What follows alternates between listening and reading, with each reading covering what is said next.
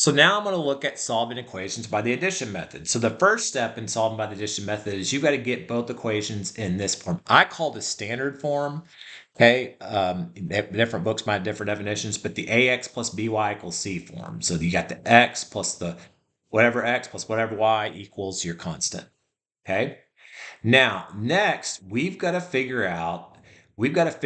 make two of these things match up. So I can try to make the x's match up or the y's match up. You see how right now they don't match up? Okay, so I got to make them match up.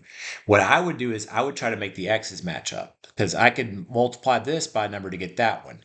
Now, if you're using the addition method, if I'm using this by the letter of the law, I'm going to multiply this to get 2 times what gives you 4, 2. To use the addition method, I want to make sure these signs are different. To be able to use the addition method, I want these signs to be different. So for these signs to be different, this is a positive up here. To make this different, I need to multiply by -2. It'll all make sense here in a moment. So I'm going to multiply it by the opposite sign there. Okay. Next thing I'm going to do is I'm going to rewrite this. So now 4x plus 5y equals 3. And then it'd be -4x, -2 times -3y would be plus 6y equals -14.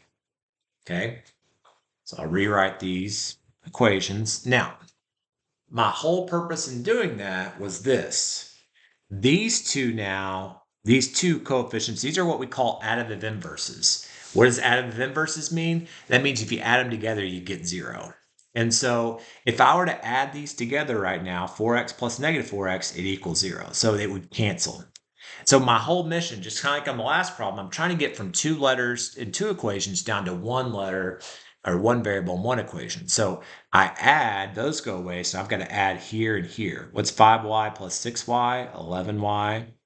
What's 3 plus -14? -11. So now I've got it down from 2 equations and 2 unknowns to 1 equation. 11y equals -11. Now I'll divide by 11. Y equals -1. Okay. Next step is we're going to pick one of these 2 equations, whatever one you want, and plug in y and solve for x. So plug in what you know. So I'm going to pick the top equation. So 4x plus 5 times -1 equals 3. Okay, so it'll be 4x, 5 times -1, -5 equals 3. Add 5, 4x equals 8. Divide by 4, x equals 2. And so x equals 2, y equals -1, so my solution is 2, -1.